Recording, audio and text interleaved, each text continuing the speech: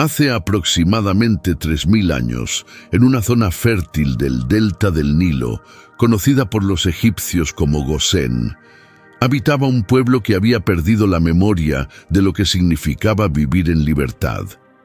No se trataba únicamente de cadenas físicas, aunque la opresión era real y despiadada, sino de algo aún más profundo, una esclavitud invisible que había destruido su identidad.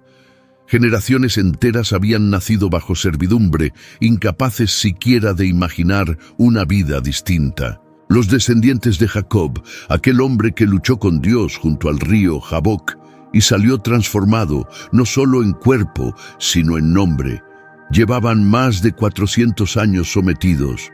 Construían ciudades para un faraón que ni siquiera los reconocía como seres humanos. Y en medio de ese panorama sin esperanza, parecía que Dios guardaba silencio. Pero ese silencio no era abandono, era preparación. Lo que el pueblo interpretaba como ausencia divina era, en realidad, el desarrollo lento y preciso de un plan que alcanzaría su punto culminante en una sola noche. Un evento tan extraordinario que, miles de años después, sigue siendo recordado. Esa noche tiene un nombre: la Pascua. Comprenderla en su contexto original, tal como la vivieron las familias en Egipto y como la celebraron durante generaciones antes del nacimiento de Jesús, cambia por completo la forma de entender el mensaje del Evangelio. Porque la Pascua no es solo el escenario donde ocurre la historia de Jesús, es la clave que permite descifrarla. Y si alguna vez te has preguntado por qué Jesús eligió precisamente esa noche, esa cena, esas palabras sobre el pan y la copa, la respuesta se encuentra enterrada en siglos de historia sagrada que comienza mucho antes. Para comprender el origen de la Pascua hay que entrar en Egipto. Y para entender Egipto hay que reconocer lo que representaba en el segundo milenio antes de Cristo. No era simplemente un imperio poderoso, era la civilización más avanzada y estable de su tiempo. Sus faraones no solo gobernaban políticamente, sino que eran considerados figuras divinas. El faraón era visto como el hijo de Ra, el vínculo entre los dioses y los hombres. Todo el sistema egipcio, social, económico, religioso y militar, giraba alrededor de esa figura, y dentro de ese orden, los hebreos ocupaban el nivel más bajo.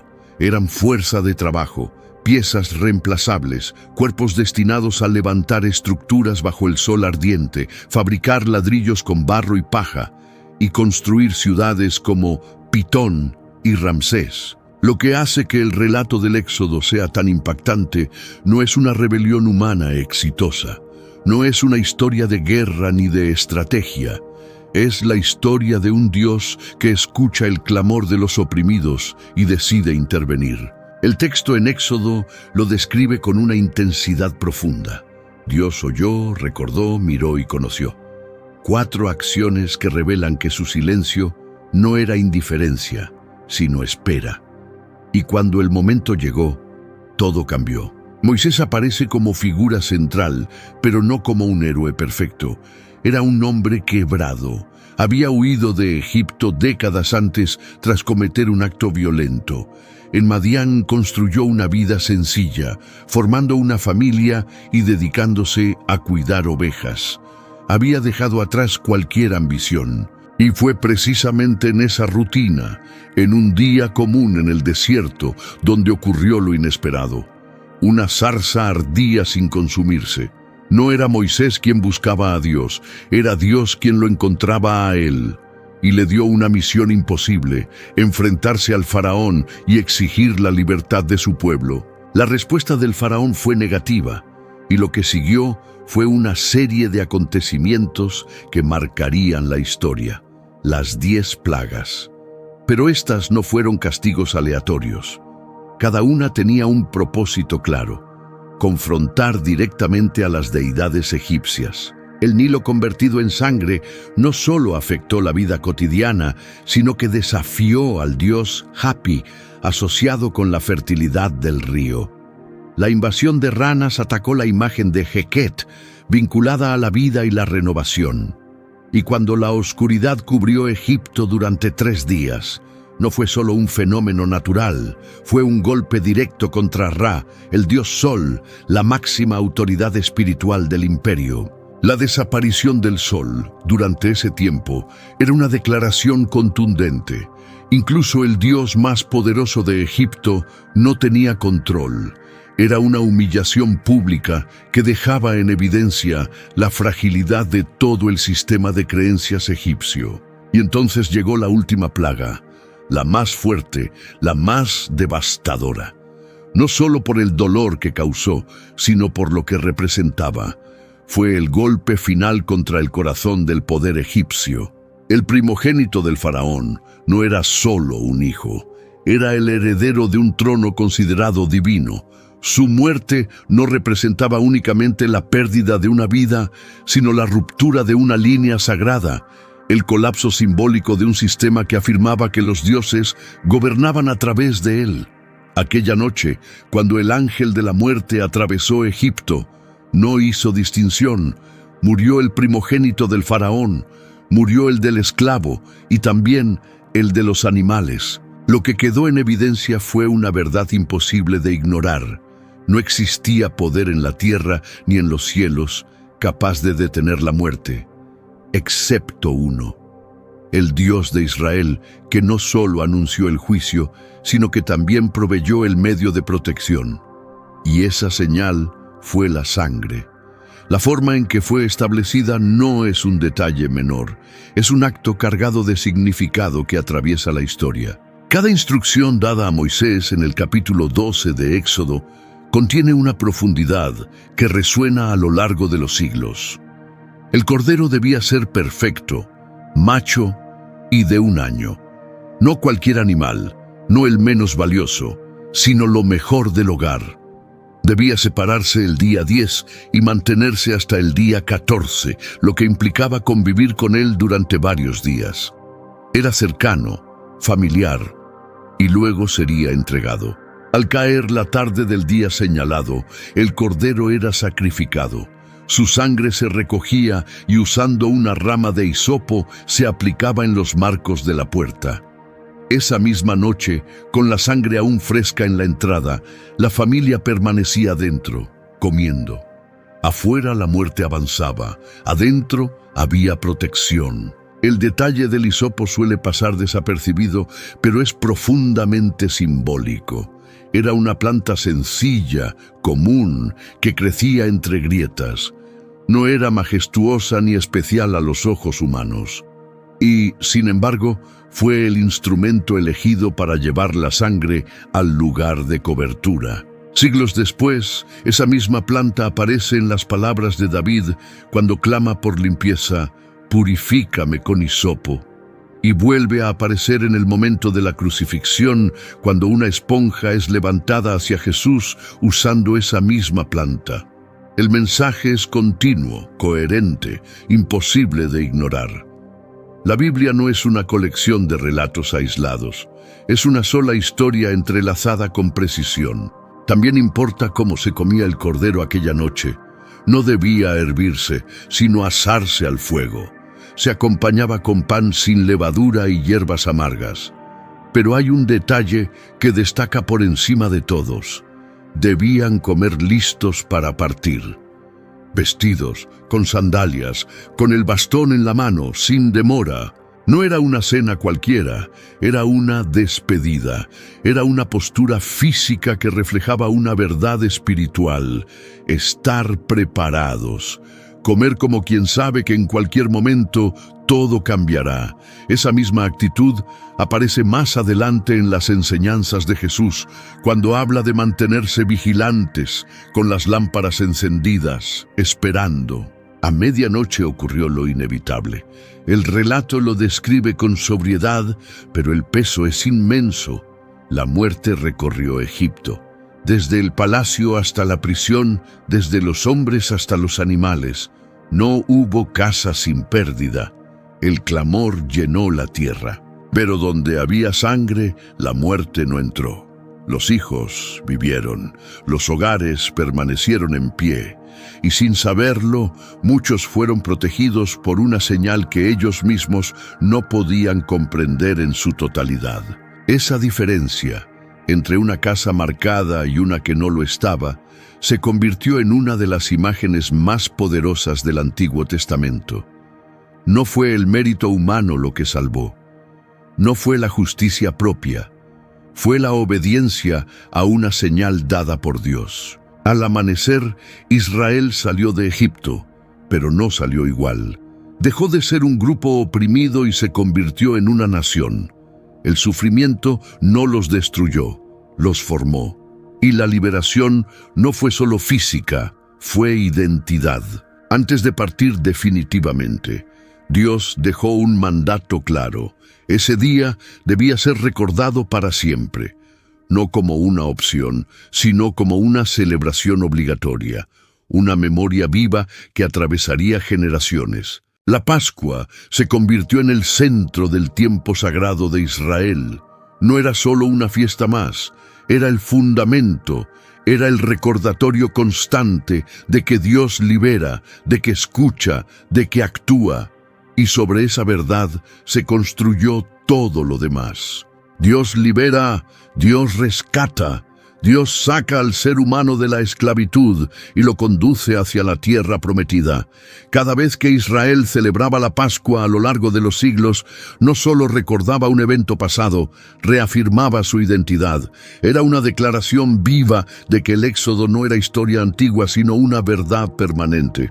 Hubo momentos en los que la Pascua reflejaba el estado espiritual del pueblo. Cuando caminaban cerca de Dios, la celebración estaba llena de sentido, de profundidad, de alegría verdadera. Pero cuando se alejaban, cuando la idolatría ocupaba su lugar, la Pascua desaparecía, se olvidaba. Y cuando surgían líderes que buscaban restaurar la fe, casi siempre comenzaban por devolverle al pueblo la celebración de la Pascua. El rey Josías es uno de esos momentos clave. Después de años de abandono espiritual, encontró el libro de la ley en el templo, y lo primero que hizo fue reunir al pueblo y celebrar una Pascua tan extraordinaria que el mismo texto bíblico afirma que no se había visto algo igual desde los tiempos de los jueces. No era solo una fiesta, era un diagnóstico espiritual. Mostraba claramente en qué estado estaba la relación entre el pueblo y su Dios. Antes de él, el rey Ezequías tomó una decisión aún más sorprendente. En un tiempo en que Israel estaba dividido y el reino del norte había sido destruido, convocó a todos los sobrevivientes del norte y del sur a reunirse en Jerusalén. Envió mensajeros por toda la tierra. Muchos rechazaron la invitación, pero otros respondieron. Y cuando llegó el momento de la celebración, muchos no cumplían con todos los requisitos ceremoniales. Aún así, Ezequías no los excluyó. Oró por ellos, y Dios escuchó. Fue una Pascua marcada por la misericordia, más grande que cualquier formalidad. La celebración fue tan intensa, tan llena de gozo, que decidieron extenderla el doble del tiempo establecido.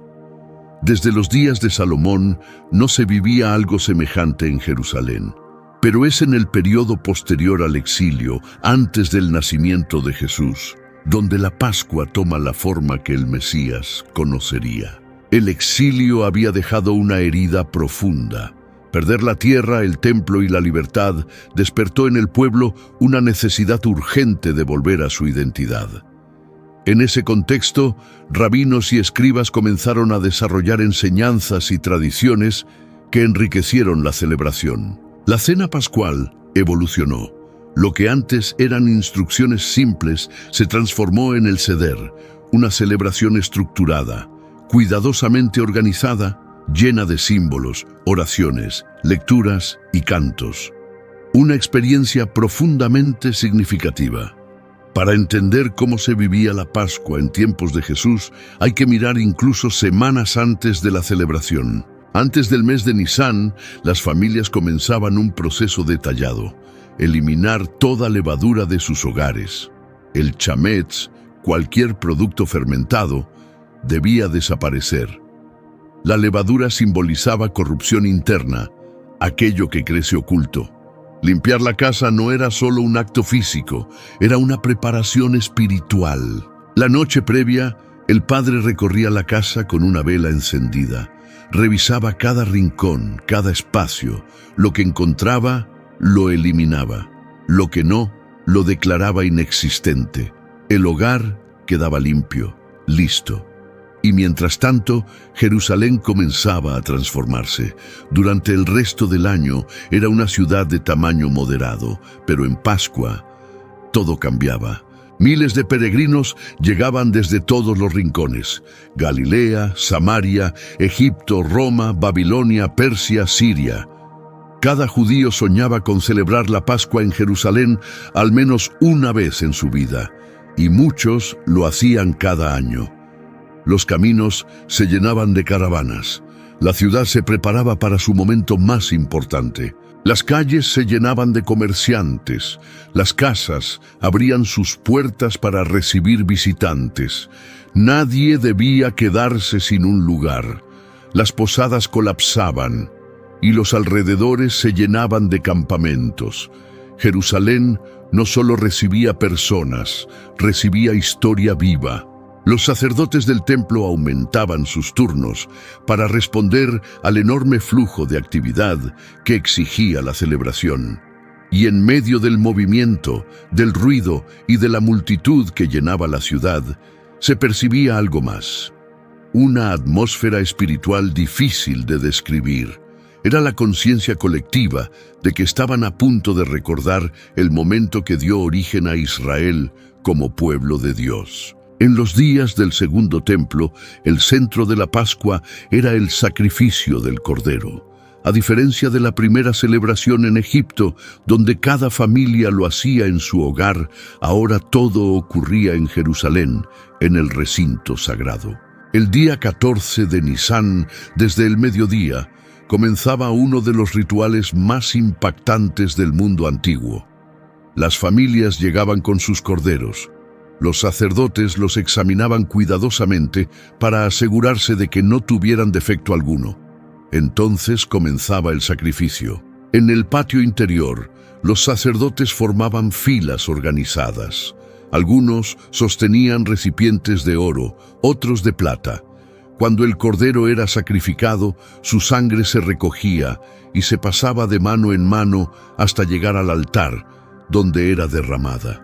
Este proceso se repetía miles de veces durante toda la tarde. Mientras tanto, los levitas entonaban el Halel, los salmos de alabanza que iban del 113 al 118. Cuando terminaban, comenzaban otra vez. Sus voces se mezclaban con los instrumentos, con el sonido de la multitud y con el movimiento constante del lugar. El humo del altar se elevaba sobre Jerusalén mientras el sol descendía lentamente. Todo ese escenario, intenso, solemne, lleno de significado, preparaba el camino para la cena que tendría lugar esa misma noche. Después del sacrificio, las familias regresaban a sus casas o lugares de hospedaje. Allí comenzaban los preparativos del Seder. La mesa estaba cuidadosamente dispuesta. Cada elemento tenía un significado profundo. El cordero recordaba el sacrificio original. El pan sin levadura hablaba de la salida apresurada de Egipto. Las hierbas amargas traían al presente el dolor de la esclavitud. El jaroset, una mezcla dulce, evocaba el trabajo forzado de fabricar ladrillos. Y el vino, dividido en 4 copas, representaba las promesas de Dios: liberar, rescatar, redimir y tomar al pueblo como suyo. La cena seguía un orden preciso y comenzaba con una pregunta. El hijo menor preguntaba por qué esa noche era diferente, por qué el pan sin levadura, por qué las hierbas amargas, por qué ciertos gestos se repetían. Entonces el padre respondía y comenzaba la narración.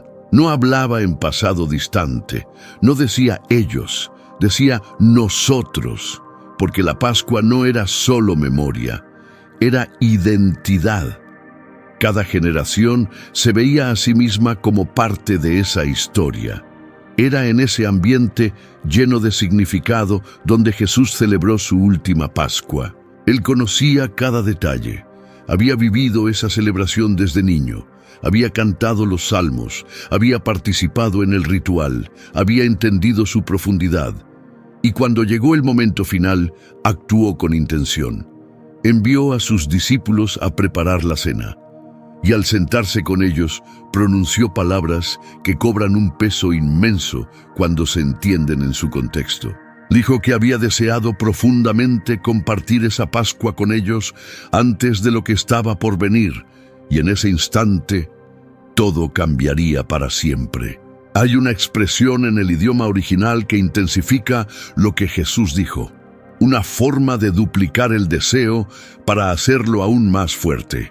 No es simplemente querer, es anhelar con todo el ser.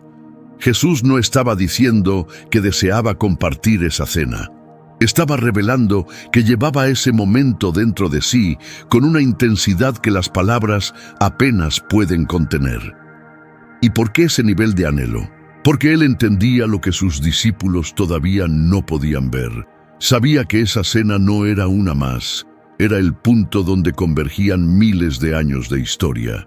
Cada Pascua celebrada desde Egipto había sido una señal, una dirección, apuntando exactamente hacia ese instante. Durante generaciones, el pueblo había sacrificado corderos sin saber que todos ellos eran una figura, una anticipación de algo mayor. Y ahora, frente a ellos, esa realidad estaba a punto de cumplirse. En ese momento, Jesús tomó los elementos de la mesa y les dio un significado completamente nuevo. Tomó el pan, dio gracias, lo partió y dijo que representaba su cuerpo. Luego tomó la copa de la redención, y declaró que era el nuevo pacto en su sangre. Detente por un instante en esa escena. Una habitación en Jerusalén, el ambiente aún cargado por lo que ocurría en la ciudad, otras familias celebrando y 12 hombres escuchando algo que era al mismo tiempo conocido y completamente transformador. Lo que antes recordaba la salida de Egipto, ahora señalaba a una persona. Lo que antes celebraba una liberación pasada, ahora anunciaba una redención definitiva. Jesús no estaba anulando la Pascua, estaba revelando su verdadero significado. Era una promesa que finalmente encontraba su cumplimiento, una sombra que ahora tenía forma, un símbolo que encontraba su realidad. Años después, el apóstol Pablo lo expresó con una claridad impresionante. No dijo que Cristo era similar a la Pascua. Afirmó que Cristo es la Pascua. La conexión no es simbólica, es total. Durante siglos, los corderos sacrificados apuntaban hacia un solo momento, un solo sacrificio, realizado fuera de la ciudad, en una colina. Y ese sacrificio no cubre el pecado temporalmente, lo elimina. Las conexiones son demasiado exactas para ignorarlas. El cordero debía ser perfecto, sin defecto. Cristo fue ofrecido sin mancha. El cordero era apartado días antes. Jesús entró en Jerusalén en ese mismo tiempo. El cordero no debía tener huesos quebrados, y en la cruz a Jesús no le quebraron ninguno. Todo estaba escrito, todo estaba conectado. La historia no fue improvisada, fue diseñada. La sangre en las puertas en Egipto marcaba quién estaba protegido. Y cuando Juan el Bautista vio a Jesús, no lo presentó como rey, lo llamó el Cordero de Dios. No era una metáfora, era una declaración directa. Él era el cumplimiento de todo. Y su sangre no protege solo de un evento momentáneo, sino de la separación eterna. Hay algo más que muchas veces se pasa por alto. La Pascua nunca fue completamente cerrada. El extranjero también podía participar si aceptaba la señal del pacto. No se trataba de origen, sino de decisión. Quien estaba bajo la sangre era parte, y ese mismo principio se mantiene. La promesa no está limitada, está abierta a todo el que cree. Desde su origen, la Pascua ya contenía una verdad profunda. No estaba limitada a un pueblo. Llevaba dentro de sí la semilla de algo mucho más grande. También hay un detalle en la forma en que se vivía que revela el corazón de Dios.